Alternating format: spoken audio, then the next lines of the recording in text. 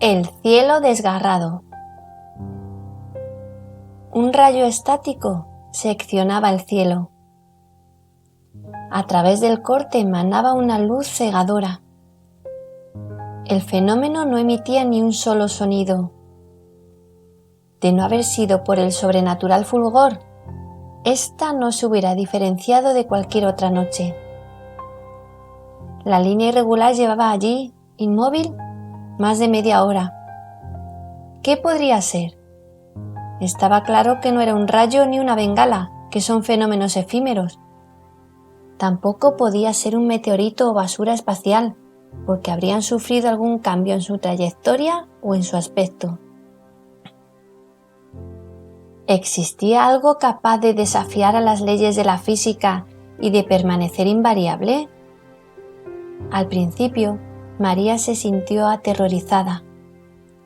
Quizás lo que estaba presenciando era una señal inequívoca del fin del mundo, pero jamás se había imaginado que ocurriera tan sigilosamente, sin ni siquiera intuirlo, sin poder luchar para evitarlo. No podía apartar los ojos del espeluznante espectáculo, pues le atraía y le atemorizaba a partes iguales.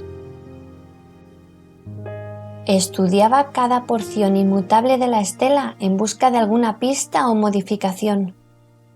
Intentó fotografiarlo con su móvil, pero, como siempre, la calidad de la imagen no reflejaba la innegable realidad que estaba presenciando. Se oyó un sonido de girar de llaves en la cerradura de la puerta. Sobresaltada, María giró la cabeza. ¿Quién podría ser? La puerta se abrió en lo que a ella le parecieron unos segundos interminables. Era su hijo, Pablo. Su pelo castaño corto, sus ojos negros, sus manos grandes y nudosas eran inconfundibles. Este le informó, con total naturalidad, de que había vuelto para coger su móvil, que creía haber dejado recargando. María sintió cómo se le erizaba la piel. ¿Quién se hubiera imaginado que la voz de Pablo sería así? Sonaba extremadamente dulce y melodiosa, a pesar de ser bastante grave.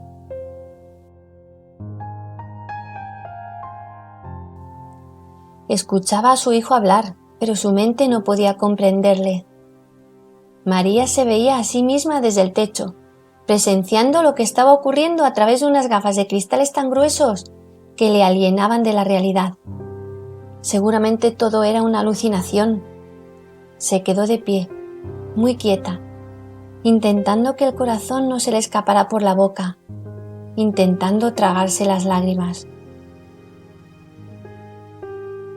Le lanzó una mirada magnética, implorante, que habló 1.000.000 de palabras secretas.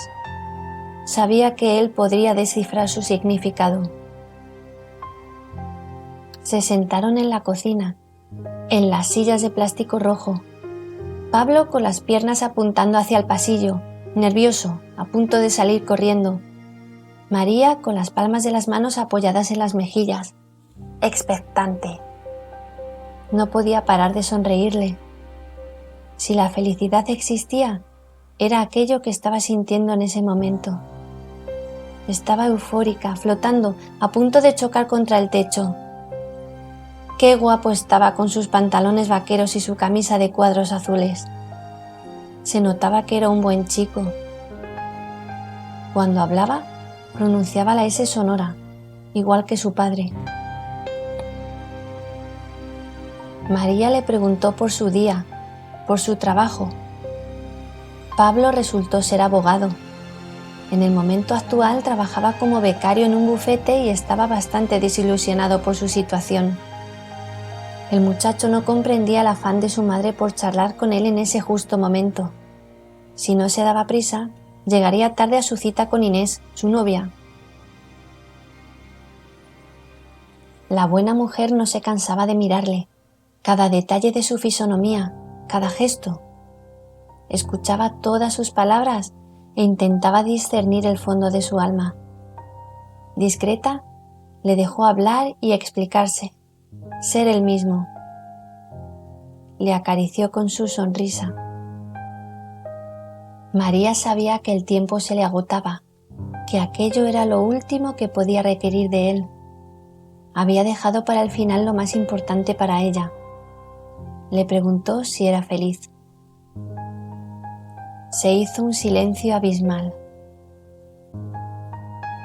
En un primer momento, a Pablo le pareció una pregunta innecesaria, pero algo intangible que no sería capaz de explicar le hizo intuir lo esencial de la cuestión. Avergonzado por admitir la verdad, asintió rápidamente para evitar que su madre lo oyera. Aquello era lo único que María necesitaba saber. Pablo se despidió en un susurro, apretando levemente su mano.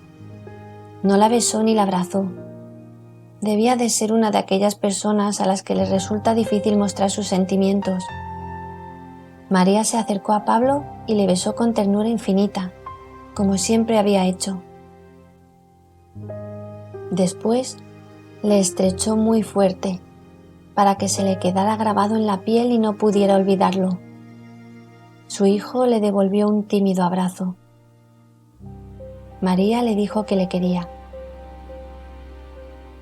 A Pablo le pareció extraña aquella declaración, aquellas palabras lanzadas con tanta emoción que le hicieron estremecerse. Enmudeció. Jamás le había dicho a su madre que la quería. ¿Por qué debía hacerlo ahora? Algo indefinible le impedía admitir lo que era obvio. María desesperaba con el corazón hendido por la pena, resquebrajado por el dolor y el tiempo, con las lágrimas aflorándole por cada poro de su piel.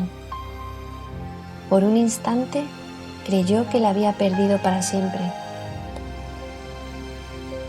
Justo antes de cruzar el umbral, Pablo se giró y admitió que él también la quería. Cuando se cerró la puerta y volvió el silencio absoluto a la casa, María sintió cómo la fortaleza que le había protegido le abandonaba y las piernas le flaqueaban. Se sostuvo en la pared para no caer. Cerró los ojos intentando asimilar lo que había ocurrido. Quería recordarlo todo, hasta el más mínimo detalle. Su porte elegante, su perfume, su voz. Sabía perfectamente que todo había sido real. No era ni una alucinación ni una locura. Estaba acostumbrada a presenciar los inquietantes remolinos que se formaban en el cielo sobre el CERN, el Laboratorio Europeo de Física de Partículas Elementales, fenómenos que se disolvían sin dejar rastro, sin consecuencias, tan misteriosamente como habían aparecido. Pero María estaba segura de que lo que había presenciado era algo más. Quienquiera que hubiera resquebrajado el cielo había abierto una puerta entre los mundos. No pudo aguantar la emoción que tanto le había costado ocultar. Se dirigió al dormitorio entre lágrimas. Allí yacía su hijo, inmóvil, en su cama articulada, con el cuerpo arqueado en un escorzo de dolor. Físicamente era igual que el Pablo que acababa de visitarle. El pelo y los ojos negros, los pómulos finos, la nariz redonda. Jamás logró hablar. Una terrible enfermedad genética impidió que el niño se desarrollara de la forma correcta. Habían luchado tanto juntos para demostrarle a los médicos que estaban equivocados cuando predijeron que no viviría más allá de 6 años. Pablo ya había cumplido los 22. María se había imaginado en numerosas ocasiones cómo habría sido la vida de su hijo de no haber sido por aquel capricho del destino, su personalidad, sus gustos, sus sueños. Siempre creyó en la teoría que postulaba la existencia de mundos paralelos. El saber que en otro universo Pablo estaba bien le había ayudado a soportar su sufrimiento y en ello se amparaba cuando más desmoralizada estaba.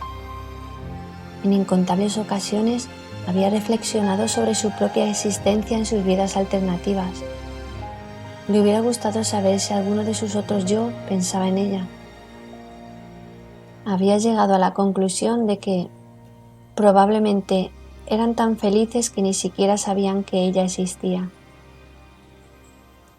Pablo estaba observando las fotos y dibujos que habían dispuesto en el techo, especialmente para él.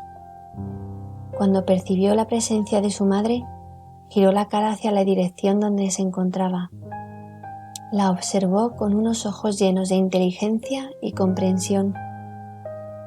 Entonces, María se inclinó sobre la cama y acarició su mejilla derecha con el mismo amor infinito que le había tenido incluso desde antes de nacer.